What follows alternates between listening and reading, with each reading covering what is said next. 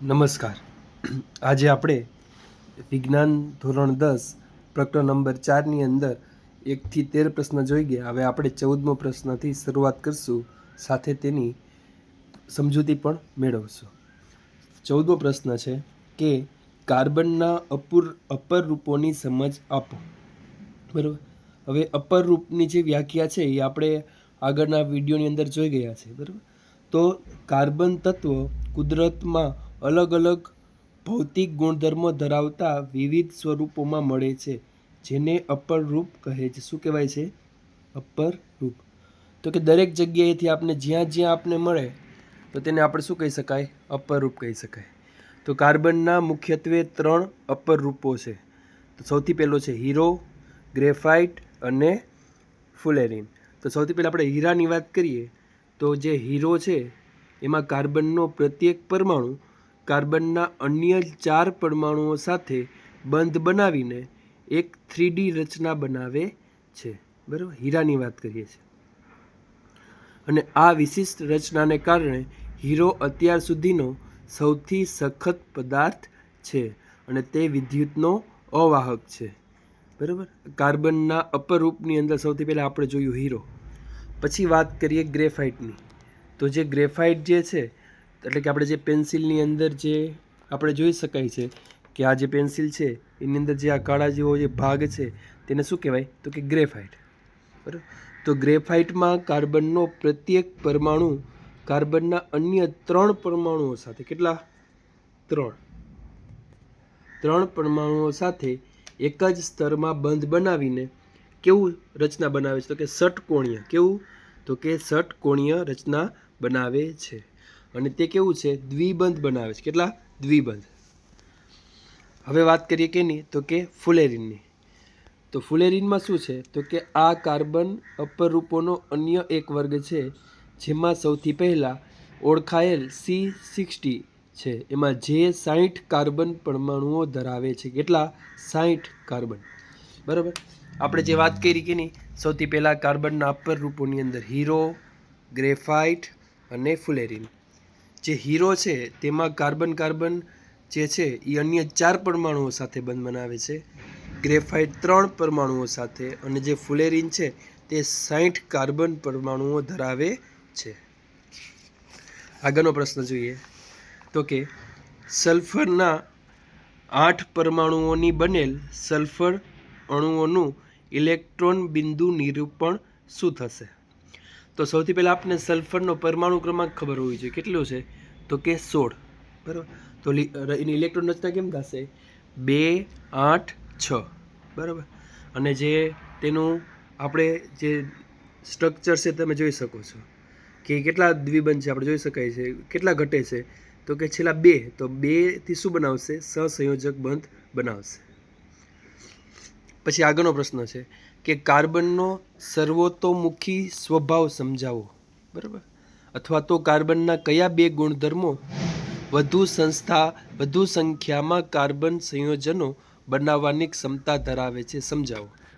તો ચાલો પ્રશ્ન નંબર 16 જોઈએ કે કાર્બન પરમાણુ અન્ય પરમાણુઓ સાથે ઇલેક્ટ્રોનની ભાગીદારી દ્વારા સહસંયોજક બંધનું નિર્માણ કરી અનેક સંયોજનો બનાવે છે. બરાબર. કયો બંધ બનાવે છે? આપણે જોયું કે સહસંયોજક બંધ બનાવે. કાર્બન વધુ સંખ્યામાં સંયોજનો બનાવીને ક્ષમતા ધરાવે છે. એના માટે મુખ્ય 2 પરિબળ છે. કેટલા? 2. સૌથી પહેલા વાત કરીએ છીએ તો કે આવશે કેટેનેશન. કેટેનેશન એટલે શું? તો કે કાર્બન પરમાણુઓ સાથે બંધ બનાવીને લાંબી સાંકળ બનાવવાની અદ્ભુત ક્ષમતા ધરાવે છે. કેવી? લાંબી સાંકળ જેવી. અને આ ગુણધર્મને શું કહેવાય? કેટેનેશન. શું કહેવાય છે? કેટેનેશન કહે છે. આ ગુણધર્મને કારણે કાર્બન પરમાણુઓ જાડાઈ, લાંબી શૃંખલા, શાખિત શૃંખલા અને વલયો બનાવે છે. બરાબર. કેટેનેશન આવે એટલે એની અંદર શું આવે? તો કે લાંબી શૃંખલા બનાવે છે. આગળ જોઈએ આપણે તો કે બંધનો પ્રકાર. આની અંદર બંધનો પ્રકાર કેવો હોય છે?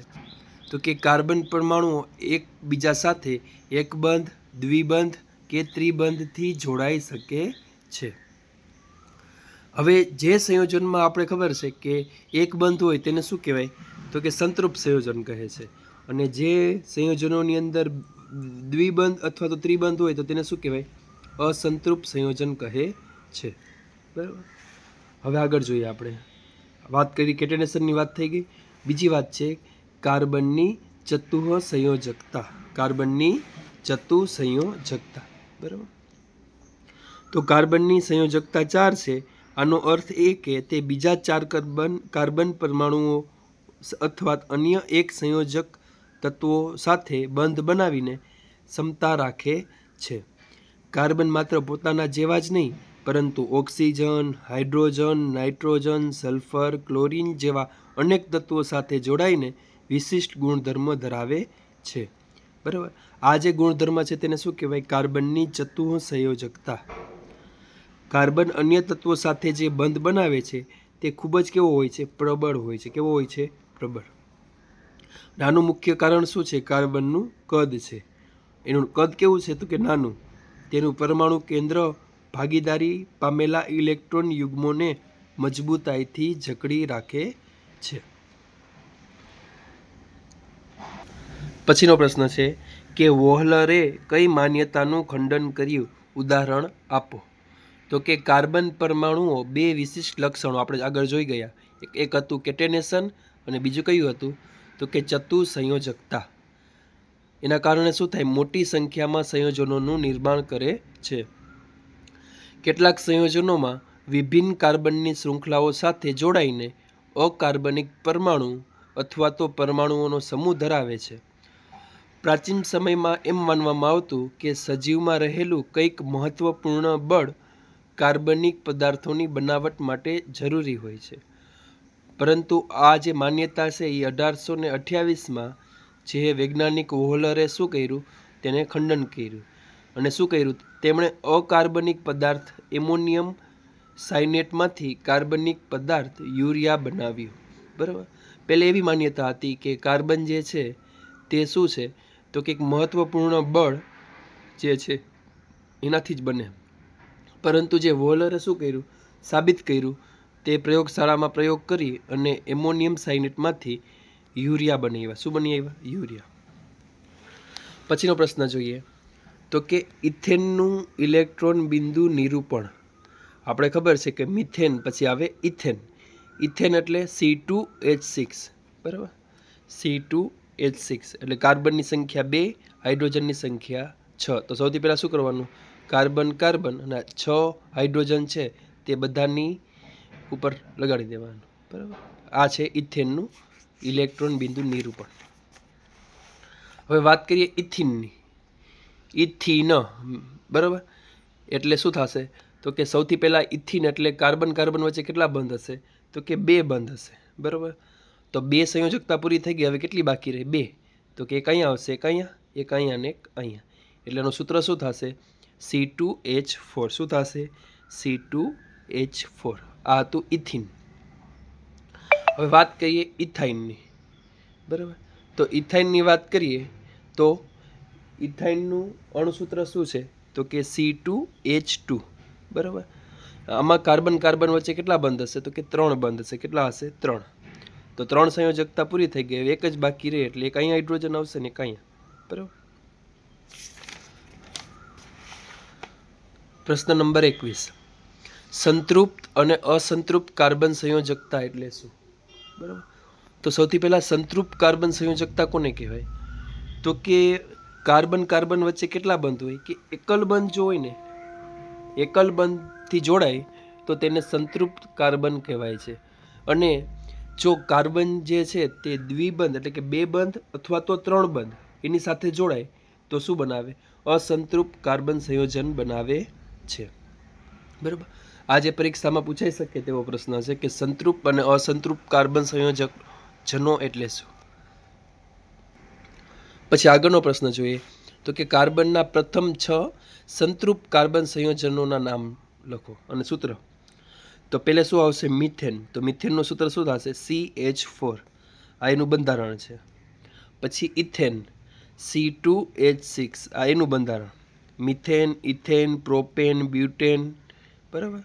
એક એક કાર્બનની સંખ્યા વધતી જશે અને સાથે સાથે બબે હાઇડ્રોજન વધતા જશે, તમે જોઈ શકો છો. પછી પેન્ટેન અને હેક્સેન, ને આ બધાની જે છે તેનું બંધારણ છે, જોઈ શકાય. બરાબર. પ્રશ્ન નંબર 23 જોઈએ કે હાઇડ્રોકાર્બન સંયોજન એટલે શું? તો કે જે કાર્બન સંયોજનો માત્ર કાર્બન અને હાઇડ્રોજન ધરાવે છે તેને હાઇડ્રોકાર્બન કહે છે. તેની અંદર માત્ર હાઇડ્રોજન હોવું જોઈએ અને કાર્બન હોવું જોઈએ. બરાબર. તો હાઇડ્રોકાર્બન જે છે તેના મુખ્ય બે પ્રકાર છે. એક તો છે સંતૃપ્ત અને બીજું છે અસંતૃપ્ત. બરાબર. સંતૃપ્તની અંદર આવે આલ્કેન. શું આવે? આલ્કેન. ને આલ્કેનનું સામાન્ય સૂત્ર છે CnH2n+2. બરાબર. અને અસંતૃપ્ત એટલે આની અંદર કેટલા બંધ હશે? તો કે એક જ બંધ હશે. કેટલા બંધ હશે? એક જ બંધ જોવા મળશે.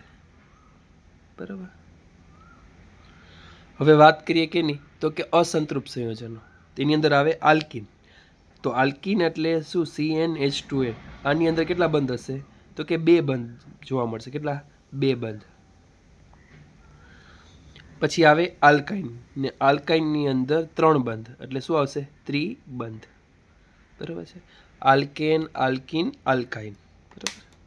આગળ જોઈએ આપણે. આલ્કેન સંયોજનો એટલે શું?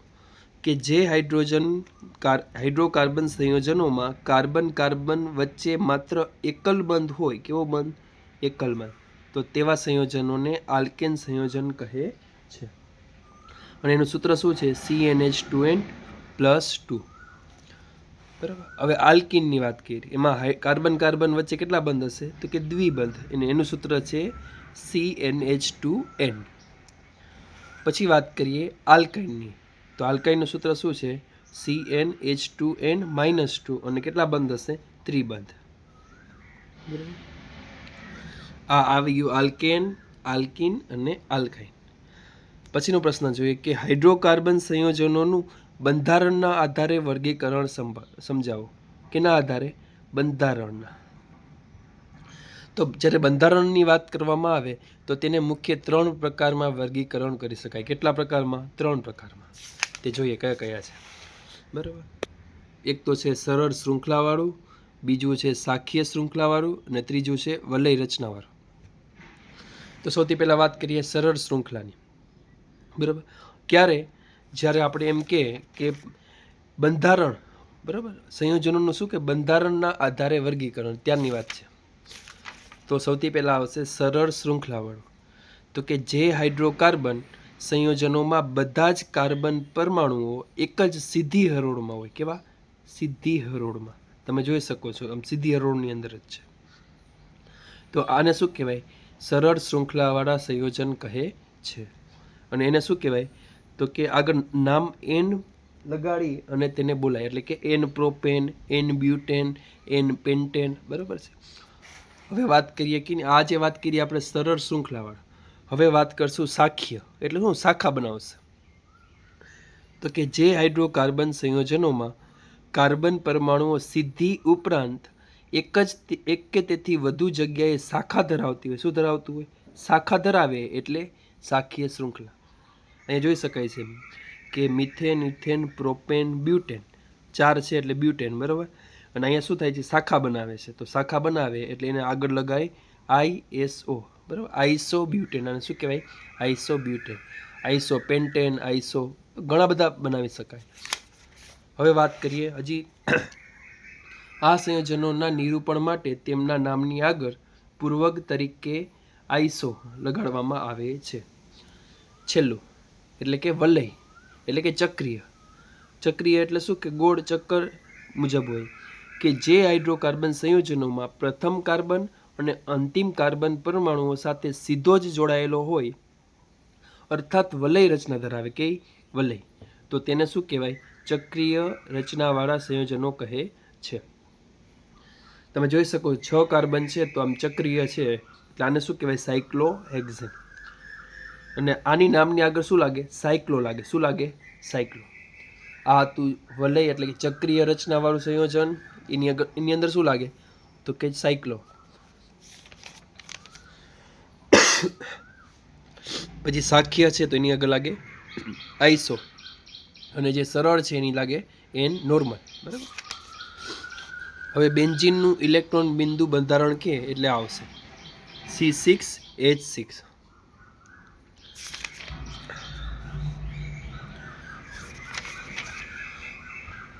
પ્રશ્ન નંબર 29 કે વિષમ પરમાણુ એટલે શું? તો કે હાઇડ્રોકાર્બન શૃંખલામાં એક અથવા વધુ હાઇડ્રોજનનું વિસ્થાપન કરતા તત્વને વિષમ પરમાણુઓ કહે છે, બરાબર. એક હાઇડ્રોજનનું શું થશે? વિસ્થાપન થશે, બરાબર. અને બીજો આવશે અંદર, તો કે વિષમ પરમાણુઓ દ્વારા હાઇડ્રોજનનું વિસ્થાપન થવા છતાં શૃંખલામાં કાર્બનની સંયોજકતા સંતોષાઈ રહેલી હોય છે, બરાબર. તો આ વિડીયોની અંદર આપણે અહીંયા લગીને રાખશું. પછીના પાર્ટ 3ની અંદર બાકીના પ્રશ્નો જોઈશું. Thank you.